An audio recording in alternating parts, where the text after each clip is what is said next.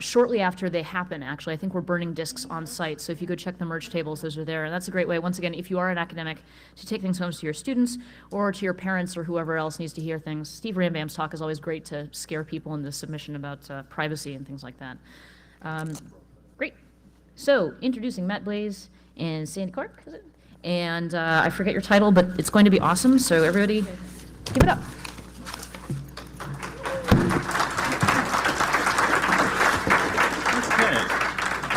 Still there? Yes, it is. Okay.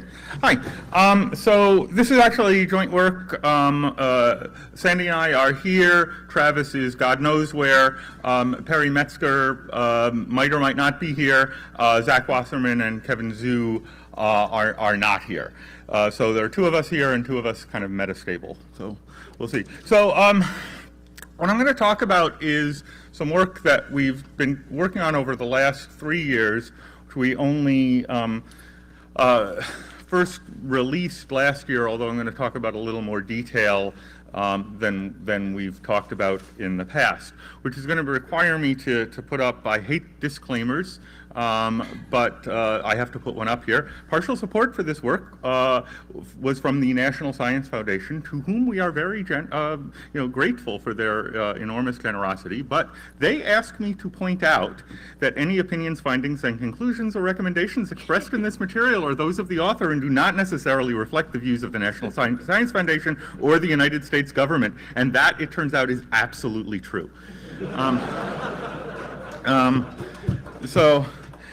Yeah, I mean, the word necessarily is really unnecessary in this.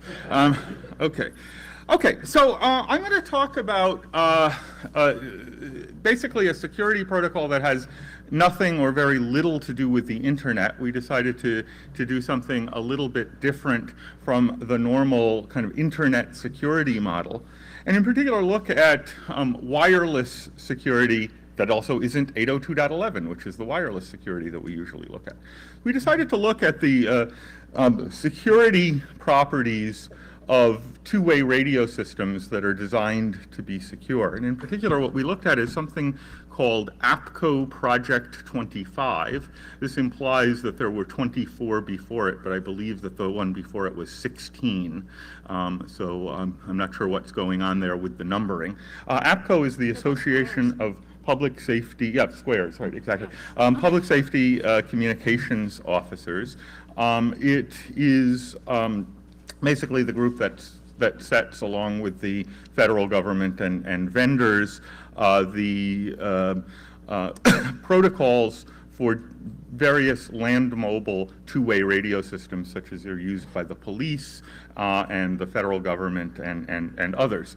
APCO Project 25 is sort of the officially blessed U.S. government standard for narrowband two-way radio that's intended to replace the analog FM systems that are currently being used. And so its main design property, its main design requirement has been that it be backwards compatible with the spectrum management that came before it for the FM systems. So it's not, if you were designing two-way radio from scratch, you'd probably do all sorts of amazing things like spread spectrum and cognitive radio and frequency hopping and so on. They're using individual channelized radio, just like we were using in the analog days, in order to allow a transition and not require everybody to change everything at once and have to trash all the existing equipment.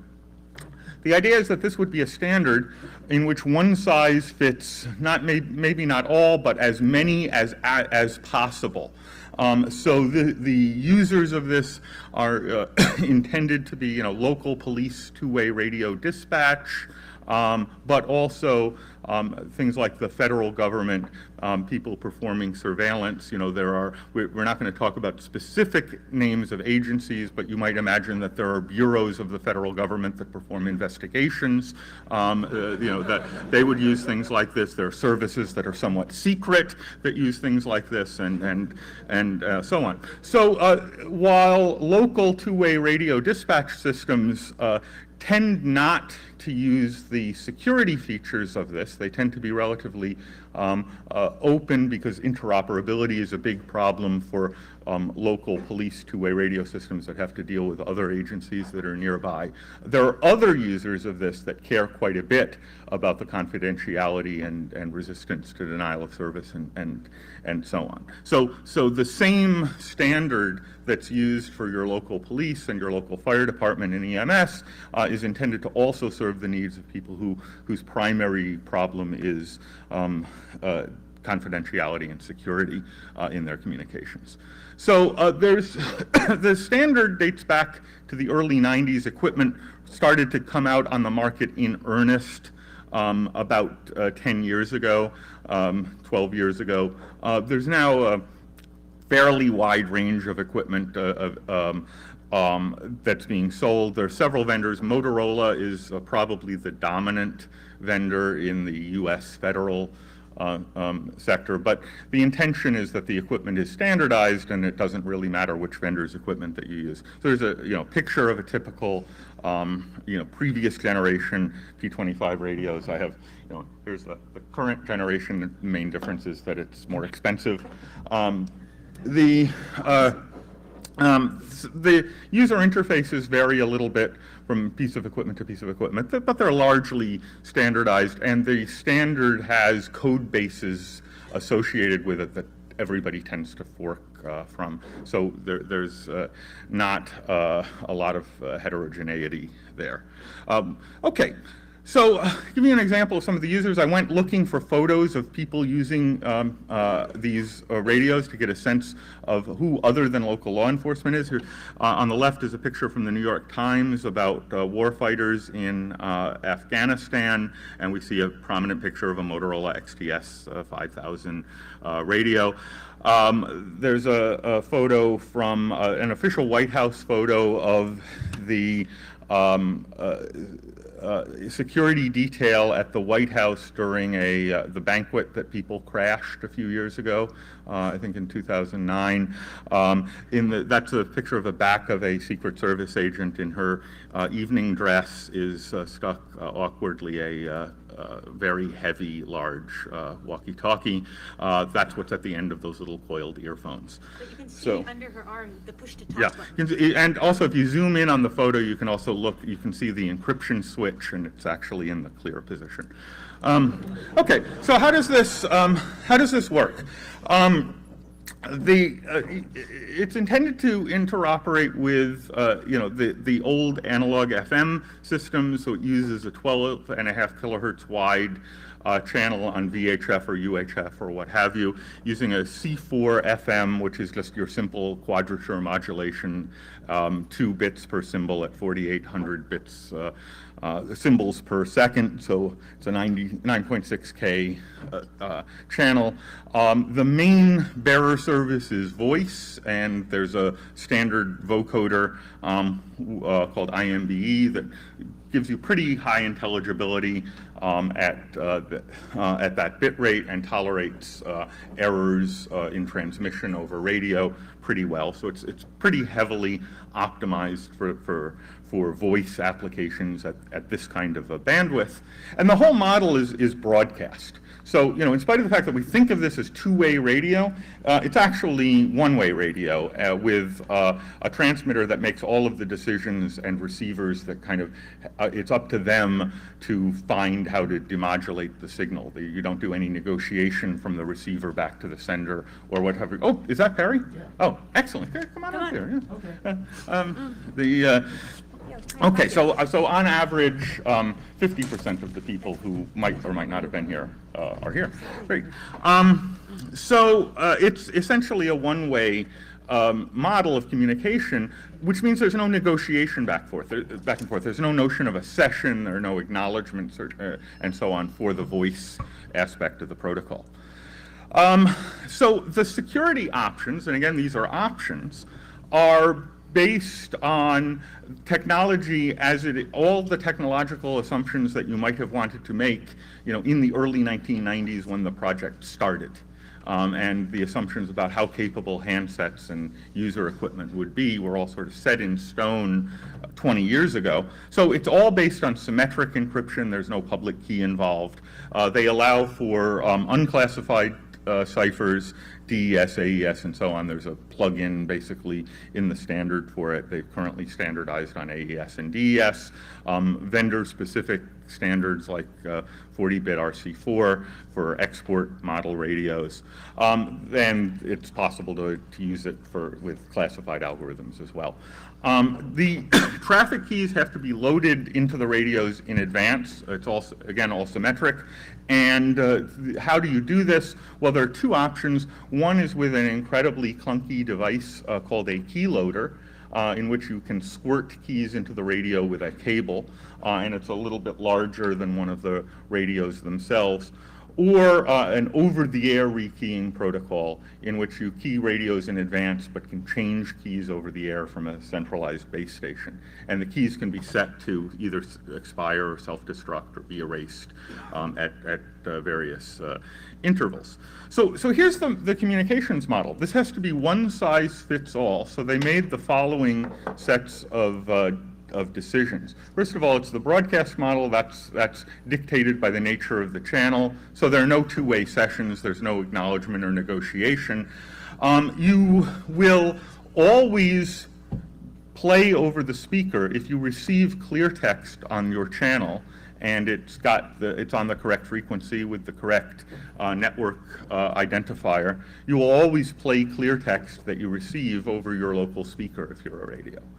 If ciphertext comes in, you'll look and see if you have the correct key to decrypt it, and if you do, you will always try to decrypt it if you have key material to do so.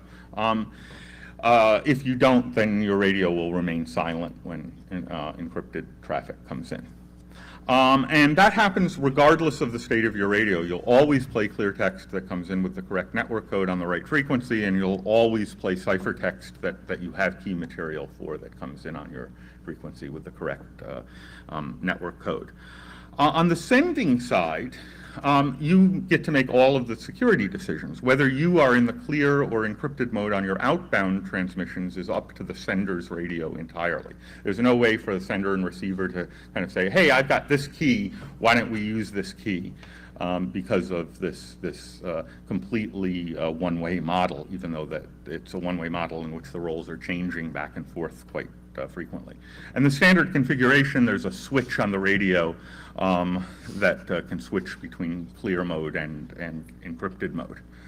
Okay, so we decided to look at how secure this was. And we wrote a paper on this, and the first thing that we discovered was that there were a whole bunch of obvious mistakes that you could make that we were kind of secretly hoping that they make so that we could write about it, and spend 5 minutes looking at the standard and discover that, if you XOR the first packet with the second packet, you get the key or something like that. And, they don't do any of the crazily bad things that often happen. But there are some worrisome things. The design is apparently completely ad hoc. That is, there are no security requirements that are stated. We can't really measure how secure this is against any properties that it's supposed to happen. And we also found that there were some significant protocol weaknesses, and I'll talk about them very briefly, and then we'll highlight some of them. First is there's no authentication anywhere in the voice protocol. So it's possible to impersonate fairly straightforwardly. The second is that it's inherently susceptible to traffic analysis because radios have a unique identifiers that they send out in the clear, even if they're in encrypted mode. And then we found some very efficient denial of service attacks that allow an adversary to use 14 decibels less energy than the thing they're trying to jam. So it's actually more efficient to jam than to use legitimately, which is usually not a good property to have. We also found that in the equipment there were some really serious usability weaknesses that we'll talk about in a second. Okay, so here are some examples of some practical attacks that we found, and we duplicated all of these sort of in the lab. First is the no authentication problem. So voice traffic can be encrypted, but you don't get any assurance about where it came from. There's no indication of which user it came from, and there's no protection against replay or splicing attacks and so on. Also, clear text will always be received anyway, so even if you don't want to replay something, you can always just transmit out in the clear. The unit ID that's displayed is not authenticated in any way, and they included an AES GCM mode, which for those of you who are crypto types will recognize as an authenticated encryption mode that could fix this problem, but it actually isn't used in a way that does fix the problem.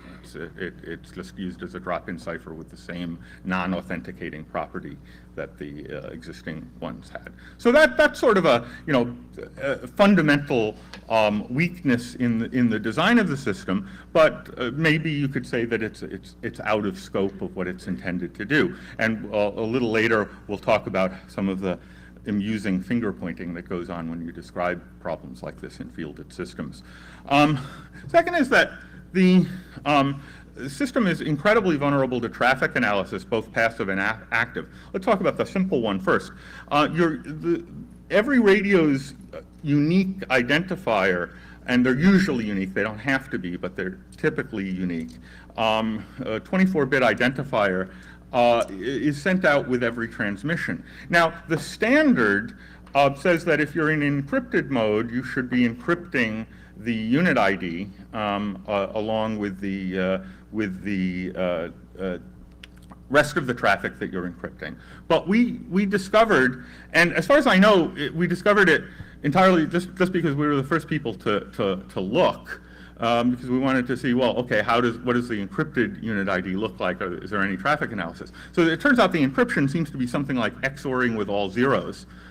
Because we found out that in encrypted transmissions, the unit ID is always sent out in the clear, even if the crypto is actually enabled. So that means that passive traffic analysis is really easy. You just record the identifiers that are supposed to be encrypted that aren't.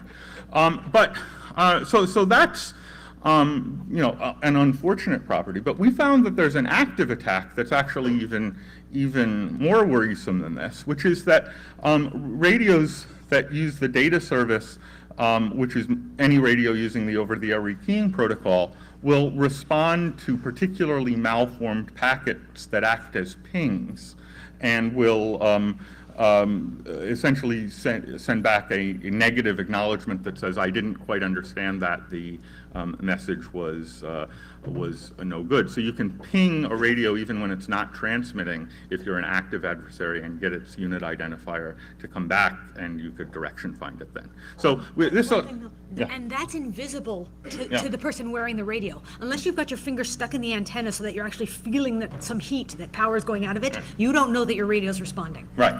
Right, and so it's completely invisible to you. So this enabled us, and I owe Margot Seltzer at Harvard the name. She said, "Oh, what? So you've built the Harry Potter Marauders map, where you can see where all of the watchers are automatically. So you can essentially ping a radio, set up two base stations with things like GNU radios and a phased array antenna that will give you a rough sense of direction, and automatically get a real-time map of where everybody on a given channel is radio by radio.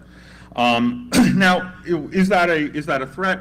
Well, in the law enforcement environment, arguably it's a threat against a serious adversary who's willing to invest in active attacks and willing to risk the possibility of being detected, because you have to actually actively transmit in order to do this. But it's also worth pointing out, if we go back to this picture, the military is using these radios. Knowing where troops are is often considered to be somewhat of a tactical advantage in military operations. So I'm told. I've never actually been in the military. Okay, so let's look at denial of service.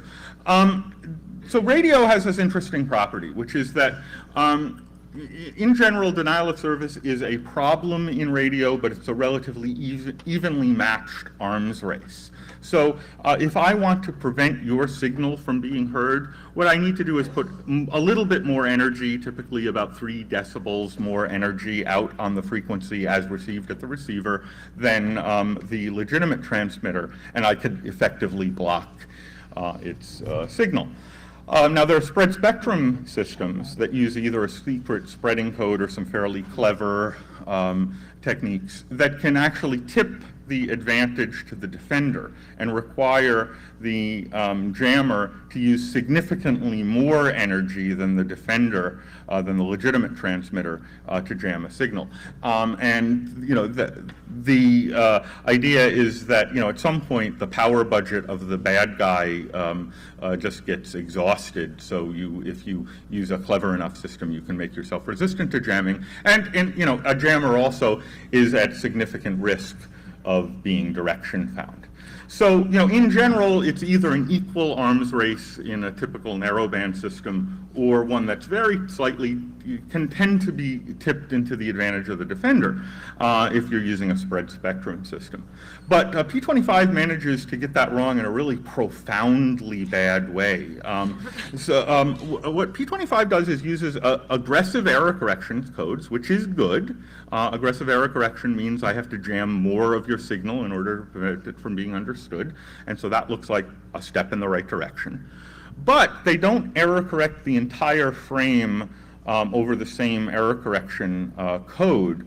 They error correct each subfield of it separately. So a voice frame, it turns out, is 1728 bits long, but it has a 64-bit subfield that's after error correction, a 64-bit subfield that says this is a voice frame.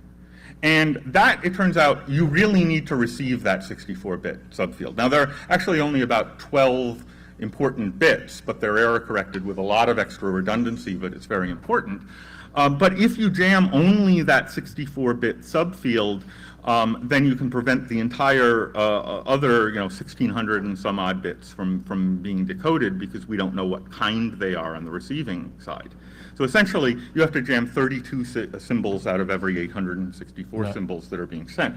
One small thing that Matt might have thought of implicitly that some of you might be thinking of in the audience. Or I might not know myself. Well, no, you know. Yeah. 64 bits, might seem, that's a tiny thing, but these are very, very, very slow signals. There's only... Well, 9,600 bits. It's 9,600 bits a second, so 64 symbols is actually a long time. But I mean, it's, too long to do by hand. Too but quick to do by automatically, hand. no problem. So the question is, can you synchronize to hit the 64 bits that you have to hit if you're the jammer accurately enough to allow you to get away with not transmitting for the rest of the time? Because if you could, that would give you effectively a 14 decibel advantage as the jammer over the legitimate receiver, which, let me just point out, this is phenomenally horrible if that works. Okay, so how hard is it to build one? So thanks to Travis, he observed that there's this chip called the TI-CC1110. It's a family of single chip radio transceivers that use C4 FM modulation, and different versions of the chip will work in all of the same frequency bands that P25 radios use. Now, it puts out about 100 milliwatts of energy. It's really not a particularly high-powered thing, but you can hook up a really dumb external amplifier after it to get more power than that. And you only have to pulse it for a little while. Now, the neat thing about this chip is it's an embedded microprocessor that you can program. It has both a receiver and a transmitter, and it's programmable on the chip where you can have it receive and then control the behavior of the transmitter. Ooh, it turns out that's just what you need in order to do this. So how do you get these chips? Well, you can buy them from TI, and they cost about $25 each. Or you can buy products that use them that for some reason are cheaper than buying the chips that are in them. The economics of consumer products are mysterious to me. So we discovered that there's this device. Sandy, you have it there. It's marketed at girls. It's called a GirlTech IM-Me. It's like the radio hacking dream device. They're basically about 2 for $30 because they come in pairs. You can text to each other. And if you are Travis, or you know Travis, you can get a programming kit to load your own firmware into the thing. And so we found that it was possible to turn the IM-Me text messenger into the My First Jammer. We programmed it to automatically sit on a frequency, wait for P25 signals to come in and automatically jam them, and lo and behold, it turns out it actually worked. Now, we didn't actually jam real transmissions. We did this in our screened lab room, but you hook up an external amplifier to it, this could easily work over an entire metropolitan area if it had an antenna situated in the right place. Okay, so what's the scenario on which you'd use? Well, one dumb scenario is to just jam everything, but that's not a very smart thing to do if you're under surveillance, because then you'll never find out what they're doing. Much better would be to convince the people who are putting you under surveillance that the encryption isn't working. So only jam encrypted signals when you see them. And force the people that you're jamming to switch their radios into the clear mode. And it turns out that if people are conditioned to believe that the crypto is unreliable, they won't think anything. Let's just say, the damn crypto isn't working again. We better switch to clear because that always works better. So the downgrade attack is the interesting way to use this. That conditioning is very prevalent because analog radios used to be unreliable. Right. And so they're used to losing reception, walking 2 feet in one direction and losing reception. So they think, oh, damn, it's... Right. So of course these are digital. The encryption has all the same radio propagation characteristics. The range is exactly the same. The voice quality is exactly the same. It's just encrypting the bits that are sent over. But there's a lot of belief that encryption degrades the quality, even though it's not actually true anymore with these current generation radios. Oh, yeah. Oh, you're way ahead of us. Wait, we'll get there. Yeah, you are just way ahead of us. Okay, so usability in practice. So how many people recognize this symbol? Yeah. It's the null right? set. So we made up shirts with this. So radios have a crypto switch, and it has 2 positions. This is one of them, and there's another one. And one of them turns encryption on, and the other turns it off. So I'll leave you guessing. Does that symbol say encryption to you? Yeah, but it's also used in cars. This is the air conditioning is closed symbol on a lot of cars. And it's also don't touch. Yeah. Bad kitty. Yeah. So there's very poor feedback in the radios in practice about the crypto state.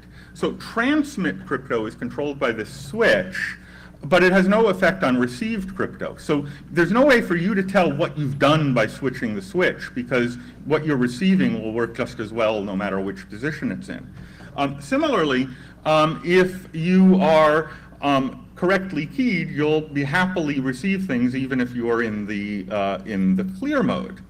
Now, exacerbating this problem is that there is a widespread belief printed in the manuals and mentioned in the standard that rekeying frequently is a really good idea for security. Because if your radios get captured while you're over enemy territory, you don't want somebody with a captured radio to be able to receive your signals. As you know, federal agents are captured all the time by criminals, lost radios are a problem. So I actually checked. It turns out they lose their guns, which is like this career-ending mood, more often than they lose their radios. So it's an almost non-existent problem. But there's this belief that they need to rekey frequently. Well, what happens when you rekey? Well, the radios have to be rekeyed one at a time, and when you install the new key, the old key goes away. So if everybody you're working with doesn't have the same key, which is a situation that will happen more often the more often you rekey, then you're going to be forced to go into clear mode more and more often. So between the fact that you can't tell what the switch does and the fact that you might not be able to use the crypto, we thought maybe this is a usability problem that had some real potential. So we weren't the first person to observe that crypto usability, it was important. Alma Witten and Doug Tygar wrote this famous paper in 1999 at Unix Security called Why Johnny Can't Encrypt, where they analyzed the security of PGP and essentially, observed that even geeks have trouble with it, and non-geeks have no chance because there's no feedback about what's going on. So essentially, it is almost as if the P25 designer said, well, what do we use as our usage model? Well, let's look at PGP and do it that way. Almost line for line, you can look at Witten and Tygar's paper and the advice that they give and see how it wasn't followed in the design of the system. So here's an example of the typical radio. Here's the radio in clear mode. Here's the radio in encrypted mode. Here's the radio in clear mode, encrypted mode, clear mode, encrypted mode. Go back to the picture. Yeah. So if you'll notice in. By the way, Matt, I'm embarrassed to say that I can't remember at the moment if slash through the circle was encrypted or not, and I've been working on this with you for years now. Yeah.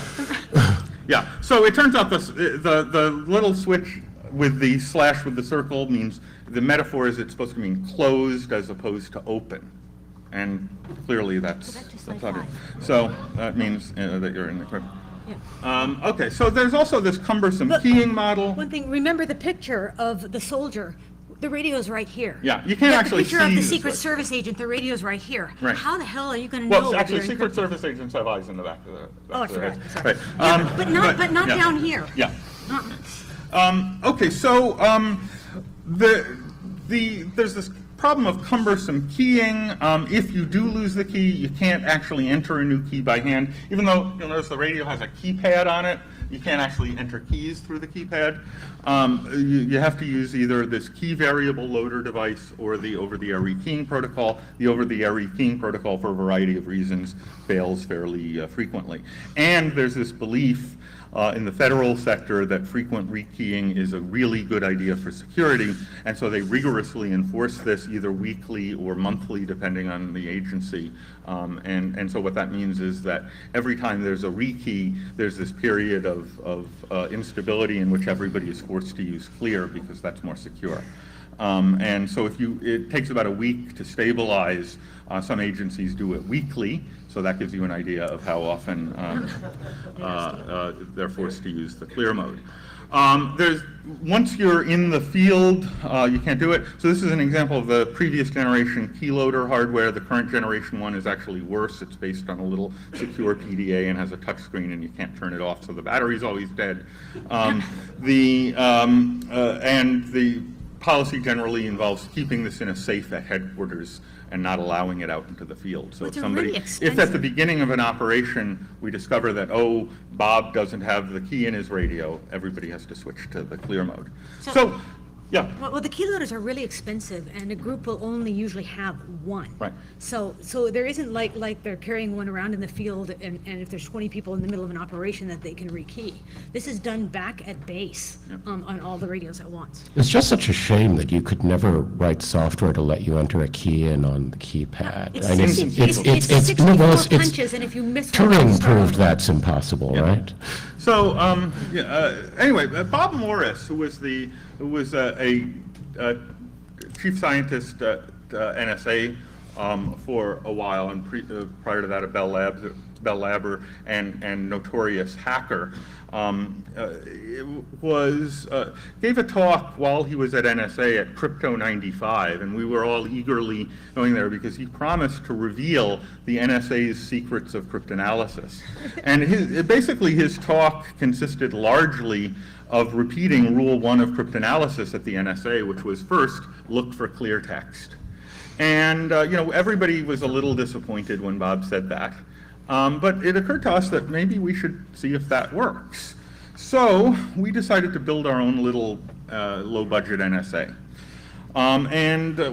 We found that, well, we don't want to do any active attacks to the federal government to find out how they react to things like jamming and so on. That would be unfriendly. But passive attacks, according to our lawyers, were perfectly fine to do. So we built a little intercept system to find out how much unintended sensitive clear text is out there.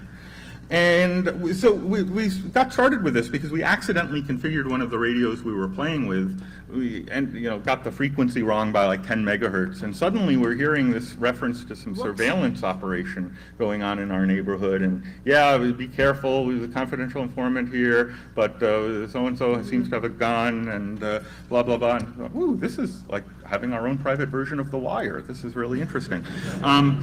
So we were wondering, gee, how often does this happen? So we decided to collect some statistics. And what we did was we first found all of the frequencies in the bands used by the federal government specifically. We got rid of state and local agencies that have encrypted traffic on them, that are mostly consisting of encrypted traffic. And then we built an infrastructure to collect all the clear traffic that comes in on those frequencies, along with timestamps and all the metadata that we could collect. And we used only commercial off-the-shelf equipment. We had a low budget, and part of the point was that you don't really need special equipment to do this. So we found a software-controlled receiver called the ICOM R2500 that has a P25 decoder in it. For a variety of reasons, we were going to use GNU Radio, but for a variety of reasons found that the performance of these is better, and also the difficulty of using them was lower. We wanted something that was within the realm of possibility of an actual adversary, because we wanted to see, well, what would an actual criminal use today to do these a passive attack to find out who is putting you under surveillance. So there are about 2,000 discrete frequencies. They're shared. So in one place, the Park Service might use a frequency that in another place the FBI is using. So we looked specifically for those frequencies that had mostly encrypted traffic on them. And we basically installed this in a few cities. I can't tell you what cities they are. But you can use your imagination. And I can't tell you what agencies we intercepted, except to say it's all of them. And we let it run for a couple of years. So Going on 3 years. There was one weird exception, wasn't there? There is a weird exception, but I can't say Yeah. what they are. Yeah. There's an agency that you wouldn't think of that turns out to be really good at ComSec. You want me to- Okay, yeah. Do you So, want me to take over? yeah, why don't you talk about So- what we found? So, mind you, we weren't looking at crypto at all. Can you see me over the microphone? Thanks. As far as we know, if they're using the AES crypto module, which is an option you can purchase, you can also purchase DES, and or you can use the Motorola's proprietary crypto. And DES and proprietary crypto are broken. There was a paper at RuxCon in Australia where they did a nice example of breaking DES. But as long as they're using AES, the crypto's working, and so we didn't bother. We didn't have to, because they're not using the crypto correctly. And to find the frequencies that we wanted to listen on, you just scan and you look for crypto. And if you can't understand it, that's a channel that uses crypto, so monitor it. These are 2,500 radios. I think they were selling for what, about 1,500? It's about $1,000. Yeah, per station. and they're a lot cheaper now. The programmable radios are getting to the point where they can do this quite well, but they weren't, for our needs, they weren't at the, 2 or 3 years ago, they didn't decrypt fast enough for us to use them. There was also a problem with the codec decoding Which I think is fixed now, because there's Yes. some really So good it's work not on that exactly how you do it if you were going to do it today. today, but- right. You can do it for cheaper than we did. That's what I'm saying, it's easier now. And what we're doing is live monitoring. So we were picking up around 20 minutes a day from each of our listening posts of unintended clear text. And what I mean by unintended, I'll get to, but it essentially falls into 3 categories. And most of the time, and the first 2 categories, they think they're encrypted when they're not. After we published our paper at Usenix, and we went and we talked to a bunch of different agencies, and they said, yes, this is a real problem, yes, we've got to deal with it, and they were really, really good. We started getting 30 minutes of clear text, so we're not sure what's going on. And by unintentional clear text, this is pretty sensitive information. And how sensitive information? Use your imaginations. anything that goes on in any sort of investigation, any sort of operation, that you need to use encryption because you need to keep it confidential, that's the stuff that we're hearing. So names, targets, addresses. Right. And it's what, in the old days when everyone knew radio was insecure, they were much more circumspect about what they would say. But if you believe the radio is a secure channel, then you are much more free in what you say over it. Yeah, we know locations, we know directions they're moving in, we know what they're wearing, we know what the targets are wearing, we know whether or not they're wearing other devices, whether or not there's a helicopter involved, etc. Pretty much anything. And this is kind of scary. So we didn't know at first whether or not we should say anything about it, but our lawyers took care of that for us. And this is most of the stuff that we were picking up and listening to were criminal investigations. But there was some interesting national stuff too, and some counterintelligence stuff. As we listened to it, and mind you, this was, but when we wrote the paper, it was about almost 2.5 years of monitoring this. We started building a taxonomy of it because we wanted to figure out what was going wrong and why and whose fault it was. And it turns out that the problems fall in one of 3 categories. Either one person is not encrypted and everybody else is. Everybody's not encrypted, but they think they're encrypted. Or they can't get the encryption to work. And we could categorize this quite easily because if one person was not encrypted and everybody else was, you only heard one side of the conversation. You'd hear them responding to somebody and you wouldn't hear the rest because we didn't have the keys, so we couldn't decode it. If everybody's in the clear, we were hearing things like, here's how you do the encryption. Turn your switch to the O. Or we'd hear people... Which is wrong, by the way, for anybody using one of these radios. We'd hear people give instructions on how to do over-the-air rekeying. And now they'd say, okay, everybody got the new keys, great, now we're encrypted. So, and of our, 20 to 30 minutes a day, we were hearing about 10 minutes of the first and 10 minutes of the second. And the last, with the key failure, this particularly happened in those regularly scheduled over-the-air rekeying, and then what you would hear is, and this is a direct quote, "Fuck the radios, go in the clear." So, and it was pretty evenly split. Now, I want to say is that these people are professionals. They are really good at their jobs. And all of the things that I listened to, I developed an incredible respect for them and the work that they're doing. But they can't get these tools to work. Now, I drive a car every day. I have to use it as part of my job. I'm not a professional mechanic, but I can drive a car safely. You shouldn't have to be a Motorola radio developer in order to be able to operate these radios properly. So, the radios are used all over. Every 3-letter and spooky agency, police departments, the Park Service, everybody uses these. They were, the development of them and the adoption of them was sped up specifically after 9/11 in order to get agencies to be able to communicate with each other quickly, easily, and as they need it. The Red Cross uses these, but they can't use them effectively. We shouldn't be hearing the things that we're hearing.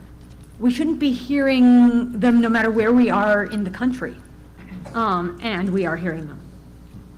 And of the 2 causes, one of them is unfixable, really. The keying failure is not a usability problem. It's not a user issue. And the jamming problem is not a usability problem. It's not a user issue. Those are things that we're going to have to go back to the system and redesign from scratch in order to fix. The accidental clear text is part user, part usability. The design of the radios is such, as Perry said, it's hard to remember what this does if you don't use it frequently. The radios, every single button and switch on this is programmable. Most of the buttons and switches are overloaded. There are little flashing lights, for example, that will tell you maybe you're encrypted, maybe you're not, but the flashing light also means something else. There's a little beep that will tell you maybe you're encrypted, maybe you're not, but that also has another use. And so they're so incredibly complicated that it's almost impossible to use correctly at the right time. And I argued that that's not a user problem. And even if it were a user problem, I'd argue that we can't fix the users, so you have to fix the usability. Anyway, I'm going to hand this back to Matt. So I just want to spend a second using this. Before we published this, we wanted to help the users of this, fix the problems. We worried that, as a result of publishing, which we have to do, right? We're academics, we publish findings. We're required by our funding agencies to do that. But we didn't actually want to, cause harm. And one of the things we were worried about was that, in pointing out this problem, we'd be encouraging actual criminals, real bad people that, do belong locked up to, do better counter surveillance. And so we, well in advance of publication, very politely approached the federal government and pointed out some of the problems. And we were a little bit worried that they would decide that we were the problem rather than the radios. But it turns out that it was extremely well received. The people in the federal agencies responsible for security, it turns out, are just like us. They understand that discovering a problem is not the same as causing a problem. And so, initially we were quite encouraged by the fact that we were talking to people who really wanted to work with us to develop mitigations. And we made a bunch of suggestions, which we don't really have time to go in to here, of short-term things you can do to mitigate the passive attacks. The active attacks will require a protocol redesign, but the passive attacks, which are the real immediate threat, there are some things that you can do. So the first thing is that they didn't try to arrest us or anything crazy like that, but we kept our statistics gathering about how much clear text is going on. And what we found was that for about a week after we talked to any given agency in the cities that we were monitoring, the amount of accidental clear text would go down. And in fact, we capture audio of things like, everybody, you got to pay more attention and switch to the encrypted mode. And so we're thinking, okay, great, maybe they're getting this. But then it would ramp back up, and then it would exceed where it was before. So we went from about 20 minutes of sensitive clear text to about 30 minutes within about a month after talking to any given agency. So it seems that the act of paying attention to the problem makes it worse. And we don't know why. I mean, I can conjecture why that might be. One reason it might be is that you realize that you have to do something, but you don't remember what it is after a while, and you fiddle with the switch more often, or something along those lines. But there's some very interesting usability and user experience phenomenon going on that's worth exploring. We also talked to the standards and vendor community, which was not nearly as well behaved as the federal government. It turns out if you're going to poke your finger in the eye and you have a choice of doing it to like federal law enforcement agencies or standards bodies, the federal law enforcement agencies will be much more receptive to you.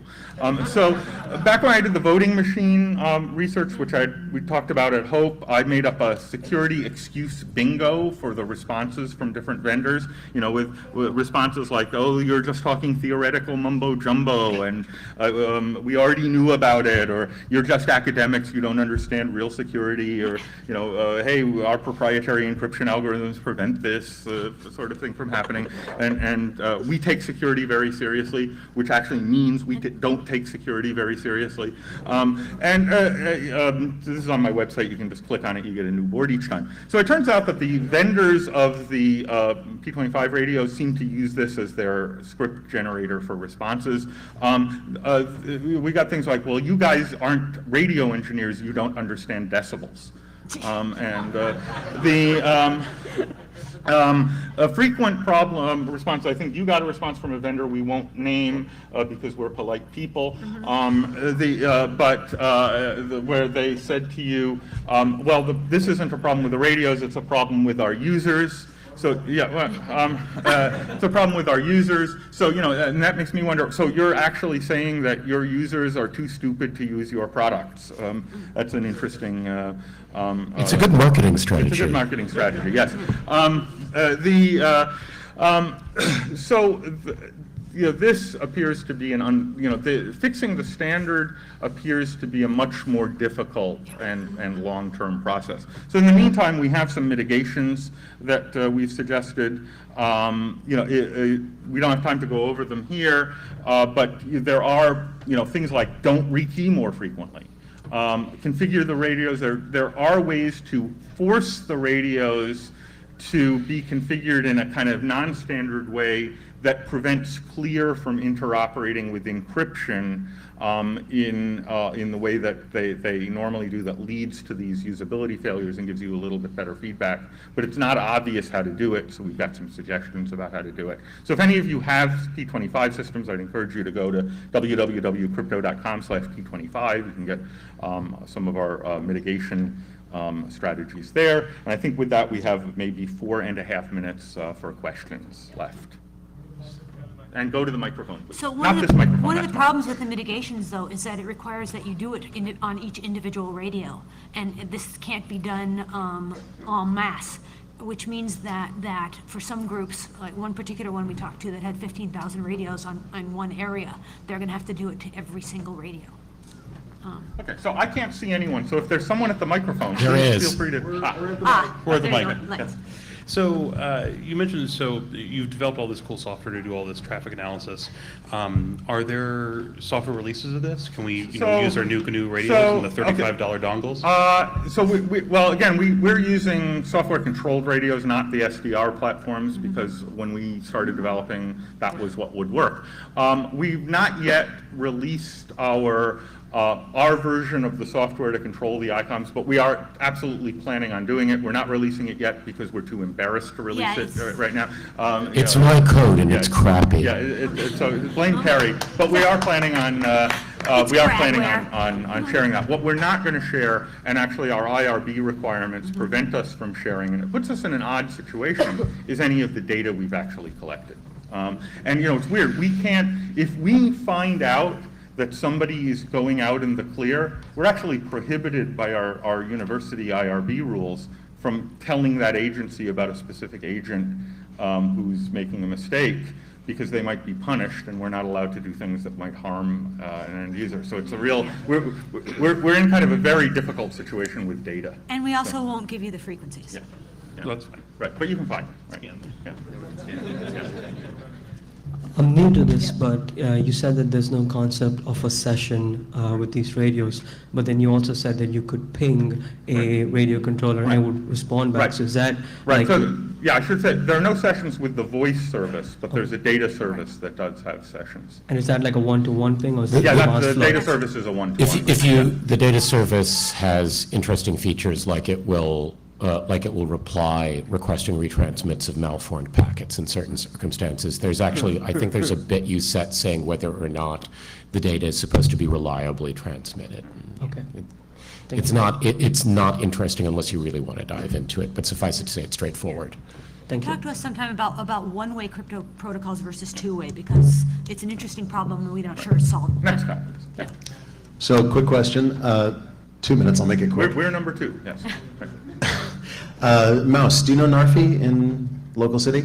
No, I don't think so. Can you introduce me? Yeah, I'll introduce you. He has talked to me about P25 radios. He apparently has an algorithm on EC2 built on Amazon that he pulls the key in and it decrypts it in about 3 hours. Right, yeah, that's for the DES keys. No, I think he said it wasn't just the DES keys. Yeah, So I'll talk to you about it. But AES I is don't broken. remember We have a exactly lot which of ones he them. I mean, said, if but he he's said he has the breaking DES and he AES, has the other ones as well. Yeah, if he's he's breaking AES, AES, then he gets a Nobel Prize in Right. cryptography. He said it wasn't AES that he was breaking, there was a flaw in the adaptation of it for the P25 radios.